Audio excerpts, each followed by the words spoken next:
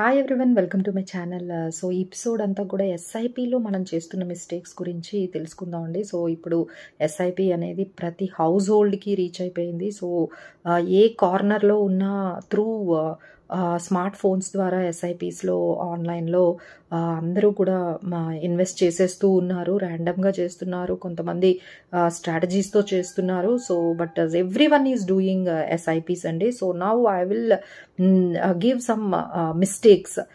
ఏం చేస్తున్నారు, ఎక్కువగా ఎస్ఐపిస్లో ఏం మిస్టేక్స్ జరుగుతున్నాయి అనేది ఒకసారి మీరు కూడా చెక్ చేసుకోండి. ఇందులో ఏదైనా మీకు మిస్టేక్ మీరు చేస్తున్నట్లుగా అనిపిస్తే దాన్ని ఇమీడియట్గా కరెక్ట్ చేసుకోవడానికి వీడియో చాలా ఉపయోగపడుతుందండి. ఫస్ట్ వన్ ఏంటంటే టైమింగ్ ఆఫ్ ది మార్కెట్ కన్నా టైమ్ ఆఫ్ ది మార్కెట్ చాలా ఇంపార్టెంట్ అండి. అంటే మనం ఎంత స్టార్ట్ ఎర్లీగా ఎస్ఐపి చేసాము అన్నదే మనకి చాలా ఉపయోగపడుతుందండి. Just I give one example. ఒక పర్సన్ ఏజ్ 25 అండ్ ఆయన ఓన్లీ 10 ఇయర్సే ఎస్ఐపి చేశారండి. Like 5,000 rupees per month for అంటే పర్ యానమ్ 60,000. ఇలా ఒక 10 ఇయర్స్ అంటే ఒక 6 lakhs.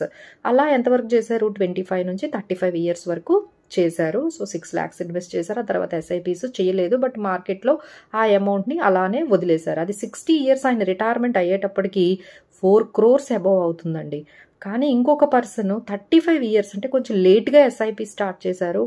ఆయన కూడా 5,000 ఎస్ఐపినే స్టార్ట్ చేశారు. Every year 60,000. కానీ ఆయన 25 ఇయర్స్ కంటిన్యూస్గా, అంటే 35 నుంచి 60 ఇయర్స్ వరకు 25 ఇయర్స్ వరకు కంటిన్యూస్గా ఎస్ఐపి చేసుకుంటూ వెళ్ళారండి. సో టోటల్ ఆయన ఇన్వెస్ట్మెంట్ 15 lakhs చేశారు. అప్పటికి 60th ఇయర్ వచ్చేటప్పటికి ఆయన దగ్గర ఓన్లీ 1.37 crores మాత్రమే ఆయన చేయగలిగారు.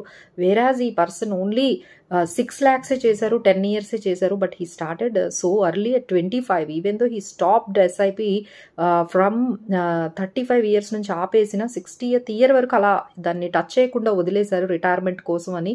So that is how some really important things that stay invested. And మీరు దాంట్లో నుంచి మధ్య మధ్యలో మనీ తీసేయడము, లేకపోతే ఎస్ఐపీలు ఆపేయడము, ఇలాంటివన్నీ చేయకుండా అండ్ ఎర్లీగా స్టార్ట్ చేయడం అనే దానివల్లే మనకి వెల్త్ క్రియేషన్ అనేది చాలా జరుగుతుందండి. సో ఫైనాన్షియల్ అడ్వైజర్, ప్లానర్స్ ఉంటే మిమ్మల్ని ఎస్ఐపి ఆపకుండా లేకపోతే స్టెప్ అప్ చేయడానికి కూడా మీకు ఎంకరేజ్ చేస్తారండి. So if you are doing on your own, మన ఓన్గా చేసేటప్పుడు అయితే కొన్ని మిస్టేక్స్ అయితే జరిగిపోతూ ఉంటాయండి. నెక్స్ట్ వన్ మనం చూసుకున్నట్లయితే ఈ డ్యూ డెలిగెన్స్ని మనము, అంటే ఒక ప్రాసెస్ ఉంటుందండి ఎస్ఐపిస్ చేసుకోవడానికి. అంటే ఫస్ట్ స్కీమ్ సెలెక్షన్ ఎలా చేసుకోవాలి, పెర్ఫార్మెన్స్ని ఎలా ఇవాల్యుయేట్ చేసుకోవాలి, రిస్క్ టాలరెన్స్ని మనం ఎంతవరకు యాక్సెప్ట్ చేయాలి, ఎన్ని స్మాల్ క్యాప్స్ ఉండాలి, ఎన్ని మిడ్ క్యాప్ స్కీమ్స్ ఉండాలి, ఎన్ని మనకి అగ్రెసివ్గా సెక్టార్ స్కీమ్స్ తీసుకోవచ్చు, ఫారెన్ స్కీమ్స్ అంటే గ్లోబల్ ఫండ్స్ ఎన్ని తీసుకోవాలి, గోల్డ్ ఫండ్స్ ఎన్ని ఉండాలి.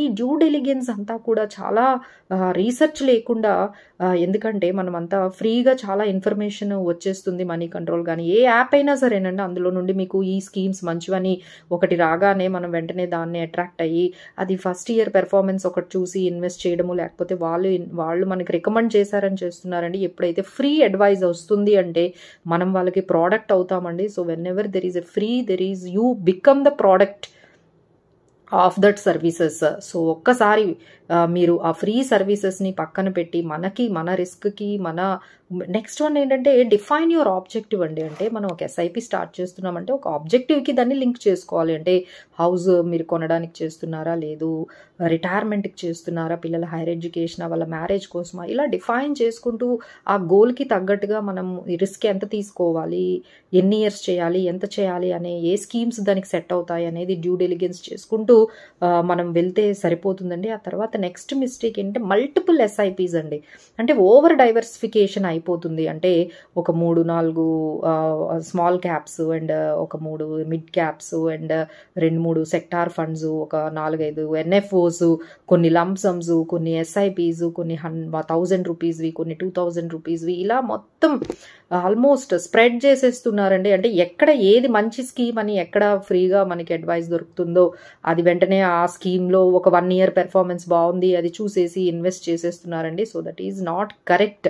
దానివల్ల మనకి వెల్త్ క్రియేషన్ అనేది అంత ఎక్కువగా జరగదండి. సో మనకేంటంటే ఒక 8 స్కీమ్స్, మ్యాక్సిమం 6 to 8 స్కీమ్స్ ఉంటే సరిపోతుందండి. అంతకన్నా ఎక్కువ ఉండడం వల్ల మనకి మానిటరింగ్ కూడా కష్టమవుతుందండి. ఎందుకంటే కొన్ని ఏఎంసీస్ కొన్ని ఇయర్స్ వరకు వర్క్ చేస్తాయి. తర్వాత మళ్ళీ వాటి పెర్ఫార్మెన్స్ అనేది తగ్గిపోతుంది. సో నెక్స్ట్ వన్ ఏంటంటే రివ్యూ అనేది చాలా ఇంపార్టెంట్ అండి. SIPs is not for ever.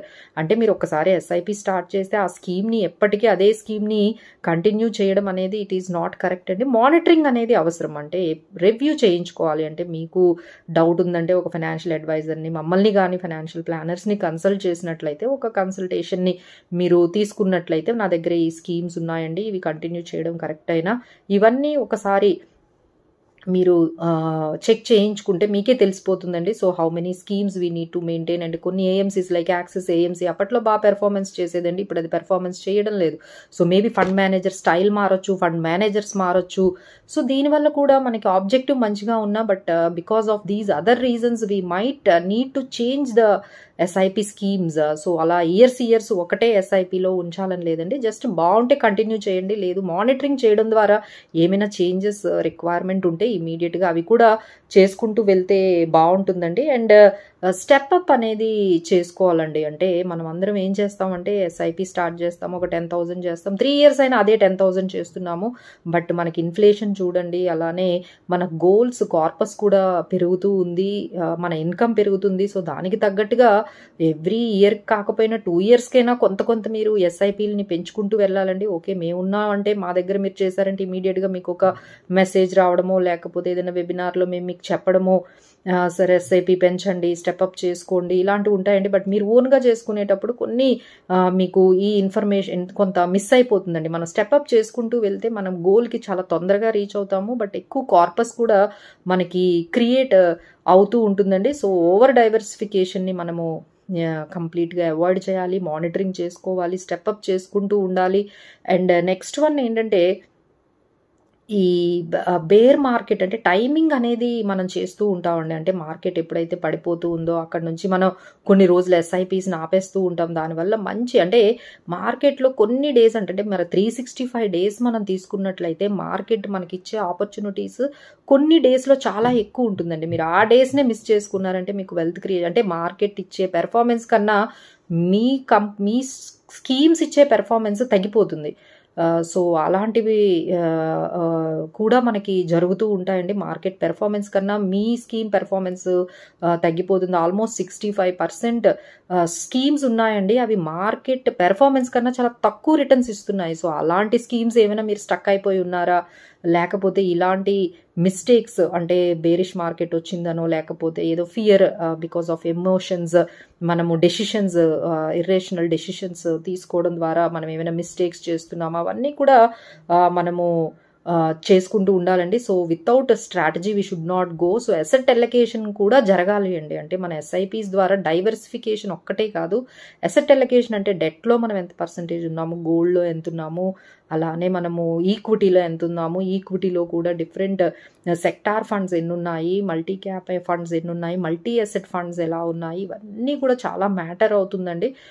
So అవన్నీ ఇంత కష్టం అనుకుంటే మీరు డెఫినెట్గా ఫైనాన్షియల్ ప్లానర్ మా ద్వారా మీరు చేశారంటే ఇవి ఎప్పటికప్పుడు మానిటరింగ్ చేయడము, స్కీమ్ సెలెక్షన్ అవన్నీ కూడా ఈజీగా అయిపోతుందండి. So that's not cost you more than the time what you have wasted on these experimenting. అంటే మీరు ఎక్స్పెరిమెంట్లు చేసి మీరు ఓన్గా చేసుకొని మీరు అమౌంట్స్ ఈ విధంగా మంచి ఇంపార్టెంట్ ఈ వెల్త్ క్రియేషన్ టైంని మీరు మిస్ చేసుకోవడం కన్నా ఒక ఫైనాన్షియల్ ప్లానర్ దగ్గరికి రీచ్ అయ్యి ఈజీగా మీరు ఈ వెల్త్ క్రియేషన్ అయితే చేసేసుకోవచ్చు అండి without doing any kind of these mistakes. So మీరు ఓన్గా చేసుకున్నట్లయితే ఒకసారి ఇవన్నీ మానిటరింగ్ చేసుకోండి. లేదు ఇదంతా చాలా టఫ్గా అనిపిస్తుందంటే immediately you should go with the financial planner. For that you can contact us. We will bring your portfolio to work hard for you to reach your financial goals. Thank you so much for watching. For more updates, please stay tuned our channel, and for any personal financial information and for the doubts you can contact us. Thank you so much.